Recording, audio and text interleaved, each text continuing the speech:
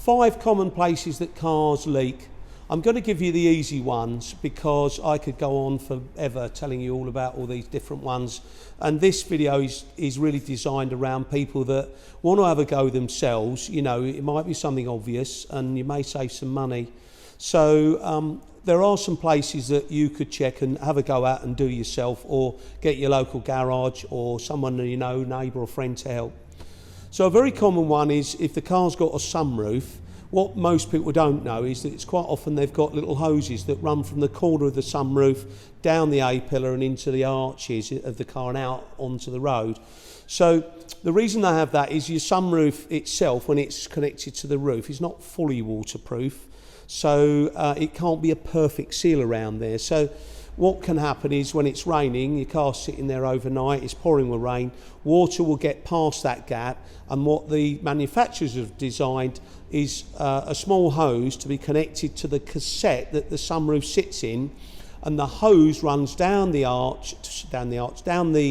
A-pillar. I'm pointing at this car, by the way, we've got one behind, and it can go, what it's supposed to do is go down the A-pillar and then out into the wheel arch. So they can get blocked. Couple of mistakes people make. First of all, don't put an airline straight down it and compress air, for those guys who do that and may have think, oh, I'll do that.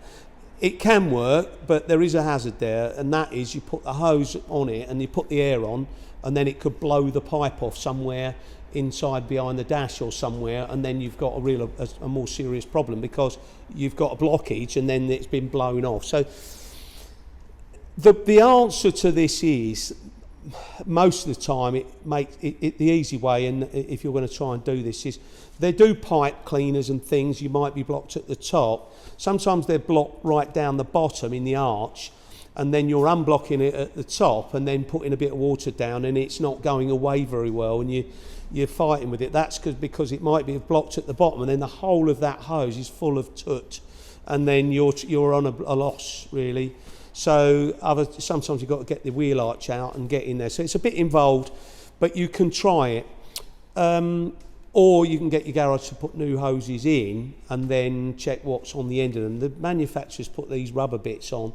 They're called spider traps, but the idea is that a spider doesn't go up. I don't know why a spider would ever want to see a pipe inside a wheel arch on your car and go up there. Those of you manufacturers are wondering why somebody said put a little flipping teeth thing on it.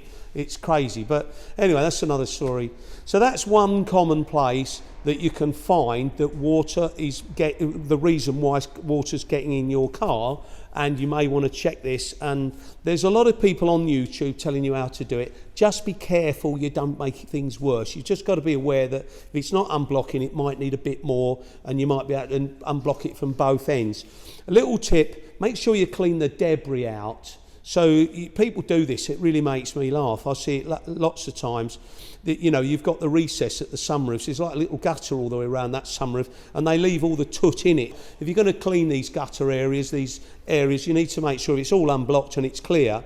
And then I would advise check it again. You know, you might have gone to all the trouble of unblocking it all, but you need to make sure maybe a week later, put a bit more water down there, see if it's all working and it hasn't temporarily unblocked it before you've dried it all and you've got your seats out and dried all the carpet and done all this, and then you've got a nightmare because it's happened again.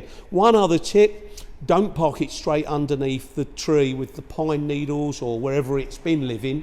You need to be aware that if you're going to do that, leave the sunroof closed, and then after the tree has thrown all its stuff off, make sure that all that stuff doesn't go down again. You may even want to run them clean once a year. That's another way of doing it. And also, there are hoses that run from the back of the sunroof, which then you have to put the car on up in the air, and you know, maybe park it on a curb. But you know, if the front's up, then you can do the rears as well, because sometimes they get blocked. So that's one. Number two is the scuttle area. Now, if you're wondering what the scuttle area is, it's the grill bit below the screen where your wipers sit. What most people don't realise is below that grill bit is a recess area, I'm going to say. It's like a box section, really. Sometimes you have a battery sat in it, that's quite clever, but most of the time it houses your wiper motor, sometimes your pollen filter, so it's where the air gets into your car. But of course, they don't want to suck water in as well. So it's an area which has been designed so that the water runs down your screen when it's raining, over the wipers, into the grill, and then there's drain areas there for it to then run in the box section and out into either the arches. Sometimes some cars, the little Renaults, have the little, it's like a little trunk, and it like what I'm talking about is an elephant's trunk, little rubber thing, and the water goes through that and then down and drops on the floor. So they get blocked up, and the Vauxhall's the same. So that might be that the recess area is filling up with water, and you're not knowing because that grill is below your wipers. So again, you need to get the plastic off. Those wipers can be a bit more difficult to get off, and you need to mark where the wipers are before you take them off. They do special tools for getting those off. We put a bit of grease on the actual spindles before we put them back so that they can be taken off again should you need to do it again, because they tend to seize on, and you need to make sure which wiper goes where and make sure you've marked where they go. And then when you clean unblock it, make sure you clean the scuttle area out. For those mechanics there's a lot of, we see a lot where people haven't cleaned all the scuttle area out, ready for the leaves and scuzz to block it again. Another tip on that is that is where your air intake is. So you might want to change the pollen filter there while you're at it, because that's probably scuzzy. A lot of services don't include changing that. Some of them are inside the glove box, but I would change that. If that's all been cruddied up, you might have all sorts in there. I'm going to go horrible stuff, like, leaves have been sitting there for a while. Might be a reason why you've noticed that the screen has been steaming up and you've got all steamed up glass, because it's taking the air straight from that sludgy area that you're not aware of. So again, don't be parking it back under those trees, or when you get it cleaned, lift up the bonnet every now and again. Don't wash the engine, by the way, but just jet wash all that grill, and then every now and again you might be able to get a hose in there or get the wipers off and clean it all out. And if you live where you've got trees, then you may have to follow that. So another place that water gets in on a common basis is door membranes. So I'm looking at a door, all the cars have got doors. But what you don't know is you're looking at the metal bit on the outside, what everybody doesn't know.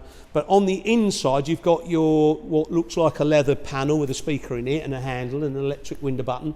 But those aren't that's the inside, and that the metal bit's the outside. But cars have a membrane, meaning a vapour or a barrier that actually separates the outside from the inside of the car. Some of these membranes are polythene. Water runs down the glass, of course, and then there's a bit of a gap on the bottom of the glass. I'm talking about the windows, the windows that go up and down.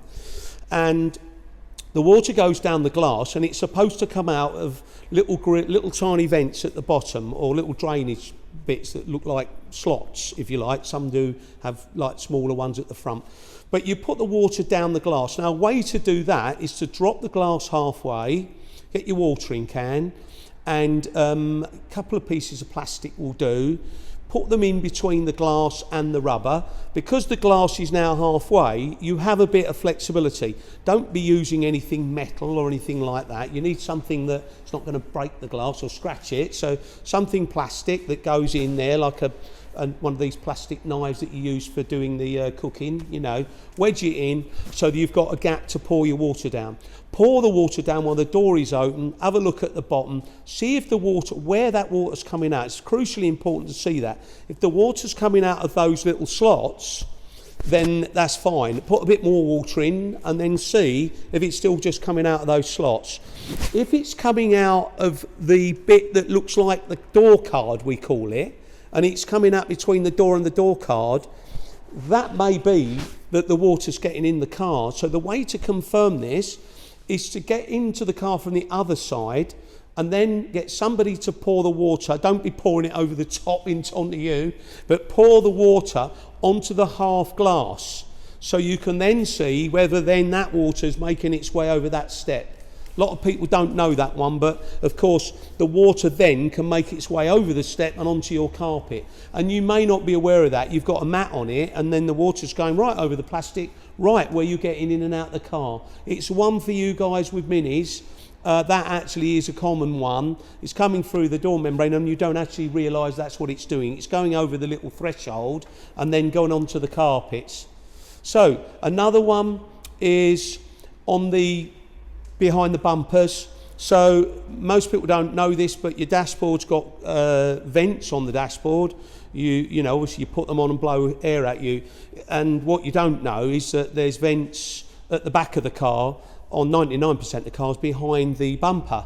Because if you didn't have those vents, then when you put your fan on, the car would get bigger and bigger and bigger, wouldn't it? It would just, you know, until eventually you had a bigger car. You know, the reality is that what's really going on is that those vents you're looking at the dashboard, there are similar vents that are behind the bumpers in order to let the air flow through the car while you're going along. So they've got little plastic frames round them. People stick them. I mean, you know, there's lots of videos you'll find on YouTube of people sticking it back, pulling them off and putting glue around or sealant or something. It can be done. We're not a favour of that sometimes because you can end up with an intermittent fault. You need to have the right sealant for that job. So another place cars leak is the obvious one. If you open up the door, you've got what we call the gasket, the inner seal. They've got to meet the door properly, but they've also got to meet the car. So that's another one. Another one is on the lights at the back, or the back lights, the obvious ones. So they're your basics. That'll give you something to go with if you're another part of the world. They're common places for you to have a look at and see whether or not you can sort your problem out. If you've done your problem and you think, I've fixed it, but I don't really want to get involved in drying out the carpets, I don't know what to do, or there's contamination in the car, you've got the mould, you may want to give us a ring and say, look, I've watched your videos, I've done all that, can you dry it out for us? We do a carpet drying service and we also do decontamination. So give us a call if you want to do that bit. If not, and you've been trying and everybody's blue in the face and you've absolutely had enough of it and you don't know where you are, you're going, oh, let's walk back, then you may want to give us a call and we do a 28-point check and we'll take you through the process. Dead easy. Just ring us up if you need to. All right? Amazing.